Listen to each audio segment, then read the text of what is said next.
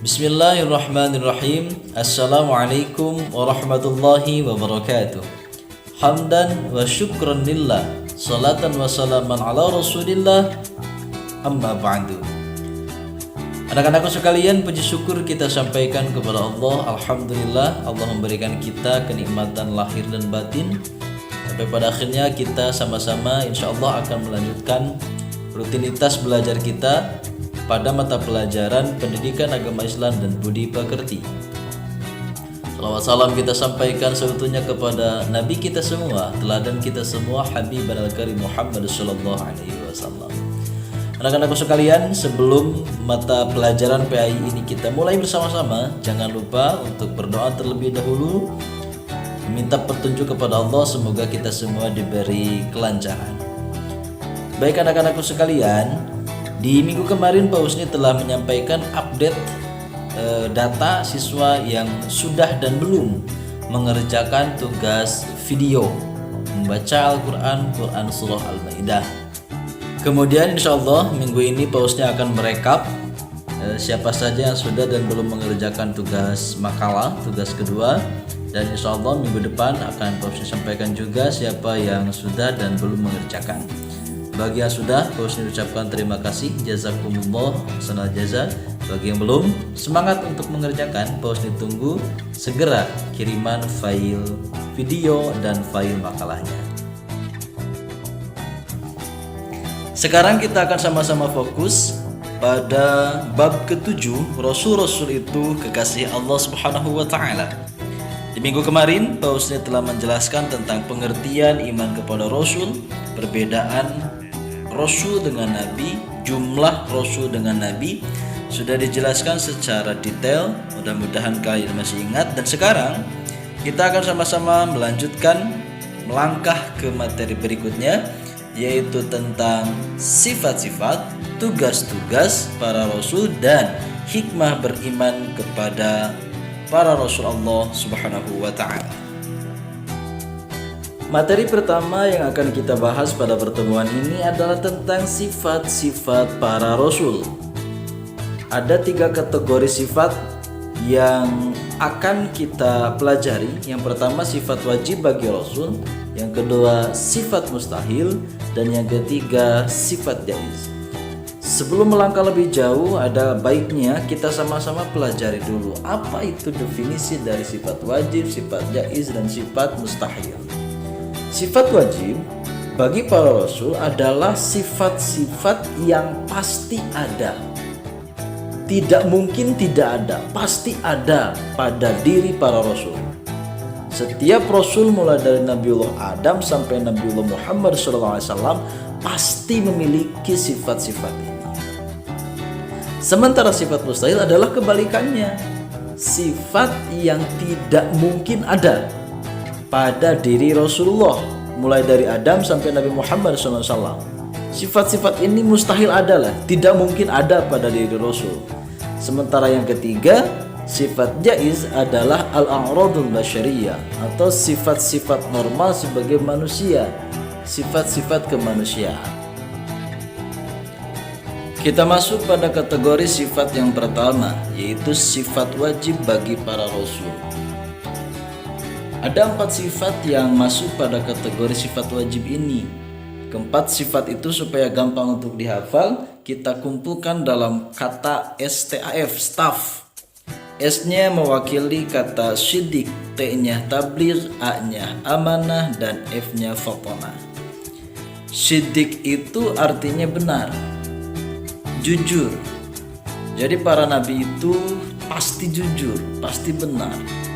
Dimanapun, kapanpun, dalam kondisi apapun, terdesak ataupun tidak, dengan anak kecil, teman sebaya, ataupun dengan orang tua, terlebih kepada Allah, para nabi itu selalu jujur, benar, baik dalam perkataan maupun dalam perbuatan ataupun dalam kata-kata atau bisikan batin itu pasti diwarnai dengan kejujuran. Salah satu dalil yang bisa kita amati ada tentang sifat sidik ini adalah Quran Surah Maryam ayat 41. Wadhkur fil kitab Ibrahim innahu kana siddiqan nabiyya. Ceritakanlah Muhammad kisah Ibrahim di dalam kitab Al-Quran. Sesungguhnya dia adalah orang yang sangat membenarkan seorang nabi.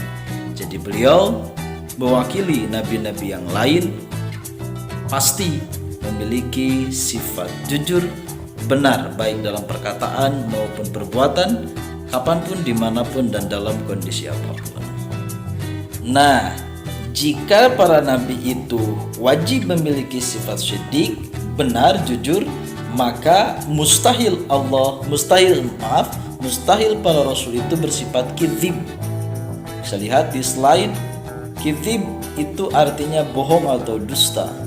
Quran surah An-Najm ayat 2-4, ma dhalla sahibukum wa ma ghawa wa ma yantiqu 'anil hawa in huwa illa wahyu yuha. Setiap perkataan dan perilaku para nabi itu wa ma yantiqu 'anil hawa, tidak keluar dari hawa nafsu atau keinginan pribadinya. In huwa illa wahyu yuha, hanya atau yang keluar, yang diucapkan, yang dilakukan itu murni wahyu yang diwahyukan dari Allah kepada para nabi. Jadi sifat wajib pertama adalah siddiq, artinya benar atau jujur. Sifat mustahil yang pertama atau kebalikan dari sifat siddiq itu sendiri adalah kizib, artinya bohong atau dusta. Sebetulnya ini simpel, jujur kebalikannya bohong, benar kebalikannya bohong atau dusta. Tinggal kalian memahami atau mengetahui bahasa Arabnya. Bahasa Arabnya benar atau jujur adalah siddiq, kebalikannya bohong atau dusta bahasa Arabnya adalah kizib. Sifat wajib bagi para rasul yang kedua adalah amanah. Artinya para rasul itu selalu dapat dipercaya, tidak pernah mengingkari janji, tidak pernah berkhianat pada setiap amanah yang dibebankan kepada mereka. Quran surah Asy-Syu'ara ayat 106-107. Qala lahum akhuhum Nuhun ala tattaqun inni lakum rasulun amin. Sesungguhnya aku ini seorang rasul kepercayaan yang diutus kepadamu.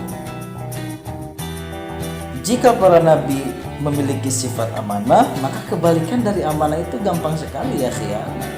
Kalau nabi wajib amanah, berarti mustahil para nabi memiliki sifat khianat atau mengingkari janji atau tidak melakukan amanah yang dibebankan kepada mereka. Ittabi' ma uhiya ilaika min kitabi rabbik la ilaha illahu wa a'rid 'anil musyrikin. Sifat wajib yang ketiga adalah at-tabligh. Artinya para rasul selalu menyampaikan wahyu. Apapun yang diperintahkan oleh Allah untuk disampaikan kepada umatnya, baik dalam bentuk kitab, buku, ataupun dalam bentuk suhuf, lembaran, jika Allah memerintahkan untuk disampaikan kepada umatnya, jangankan satu kitab, satu huruf pun akan disampaikan secara detail, secara jelas kepada umatnya. Kebalikan dari tabligh adalah kitman. Artinya mustahil para rasul itu menyembunyikan kebenaran. Ya, sebagaimana dalam Quran surah Al-An'am ayat 50, qul la aqul lakum 'indi khazainullah, dan seterusnya, itu menjelaskan bahwa setiap nabi pasti memiliki sifat tabligh, menyampaikan wahyu, dan mustahil kebenaran-kebenaran yang disampaikan oleh Allah kepada para nabi mustahil disembunyikan. Ya, tidak mungkin menyembunyikan kebenaran atau wahyu yang disampaikan oleh Allah kepada umatnya. Dan terakhir, sifat wajib bagi para rasul itu adalah al-fatonah. Para nabi pasti memiliki kecerdasan. Cerdas dalam berbagai hal, cerdas dalam bidang intelektual ataupun cerdas dalam bidang spiritual, emosional, dan lain sebagainya. Termasuk kecerdasan dalam menyampaikan materi dakwah kepada para umatnya. Di sana di buku kalian bisa dicek tentang bagaimana sifat kefatonahan atau kecerdasan Rasulullah SAW bisa dilihat di halaman 110. Silahkan dibaca. Saat dulu pernah terjadi sengketa ketika merenovasi Ka'bah, siapa yang berhak untuk menyimpan kembali Hajar Aswad pada tempatnya, maka Nabi berhasil meredam amarah, meredam konflik yang terjadi pada saat itu, tentu dengan bantuan kecerdasan beliau yang telah dititipkan oleh Allah Subhanahu wa taala. Jika para rasul wajib memiliki sifat cerdas, cerdik, pandai, maka tentu mustahil kebalikannya para nabi memiliki sifat al-baladah atau bodoh. Ya, bagaimana jadinya jika nabi yang dijadikan panutan itu justru adalah orang bodoh? Tentu itu tidak mungkin. Itu adalah penjelasan Bapak tentang sifat wajib dan mustahil bagi para nabi dan rasul. Jadi kita simpulkan sifat wajib itu ada 4. Yang pertama syidik, kebalikannya kitib. Jujur, kebalikannya bohong. Yang kedua amanah, itu yang wajib, kebalikannya itu khianat. Yang ketiga tabligh, menyampaikan wahyu, kebalikannya itu adalah kitman, menutupi atau menyembunyikan kebenaran wahyu. Dan yang keempat fatonah, para nabi, para rasul wajib fatonah, wajib cerdas. Maka mustahil para nabi itu berasal dari kelompok orang yang bodoh. Selanjutnya adalah sifat jaiz. Jaiz itu adalah sifat kemanusiaan, al-a'radul basyariyah, seperti lapar, haus, sakit, tidur, sedih, senang, berkeluarga dan lain sebagainya. Jadi nabi itu manusia biasa yang pernah sakit, pernah lapar dan lain sebagainya. Bukan seperti malaikat yang tak pernah sakit, yang tak pernah lapar, tidak memiliki hasrat kepada lawan jenis dan lain sebagainya. Itu adalah sifat jaiz. Bahkan suatu ketika Nabi pernah ikut perang Uhud, kemudian giginya itu tanggal, berdarah. Itu menunjukkan bahwa Nabi pun sebetulnya bukan orang sakti mandagu, maksudnya yang kebal dan sebagainya, enggak, biasa aja kayak orang biasa. Secara fisik beliau itu ya kalau dipukul sakit, kalau dikadek nyegetihan, kalau ditumbak ya giginya sampai tanggal. Keistimewaannya itu bukan terdapat pada fisiknya, justru pada non fisiknya. Jadi para nabi, sekali lagi Pak Husni sampaikan, memiliki sifat jaiz al-a'radul basyariyah, sifat kemanusiaan, menunjukkan bahwa para nabi itu memang manusia biasa seperti kita yang diberi keutamaan oleh Allah Subhanahu wa taala. Selain sifat wajib, mustahil dan jaiz, ada 2 tipikal sifat yang ada pada diri Rasul. Yang pertama ismatul Rasul, yang kedua iltizamul Rasul. Apa itu ismatul Rasul?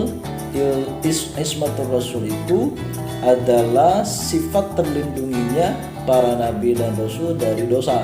Jadi para nabi dan rasul itu tidak punya dosa besar yang menghalangi mereka dari mendekatkan diri kepada Allah. Beda dengan kita yang setiap saat, setiap hari selalu melakukan dosa, entah disengaja atau tidak. Para nabi sifatnya ismah, maksum, artinya dijaga dari melakukan dosa, terutama dosa besar. Yang kedua iltizamur rasul, yaitu orang-orang yang selalu komitmen dengan apa yang mereka ajarkan dengan berbagai kondisi, susah maupun senang, terdesak maupun dalam kondisi yang tidak terdesak. Rasul tidak pernah sejengkal pun menghindar atau mundur dari perintah Allah. Komitmen, konsisten pada komitmennya.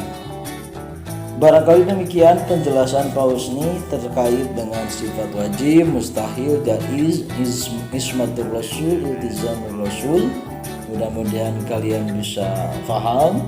Kalaupun ada yang belum paham, silakan bisa tanyakan langsung ke Pak Husni di kolom komentar atau mencari alternatif penjelasan yang lain. Materi tentang tugas-tugas para rasul dan hikmah beriman kepada para rasul silahkan kalian baca sendiri. Mudah-mudahan hanya dengan membaca pun kalian bisa memahami apa itu tugas para rasul dan apa hikmah beriman kepada para rasul. Sekian dan terima kasih. Assalamualaikum warahmatullahi wabarakatuh.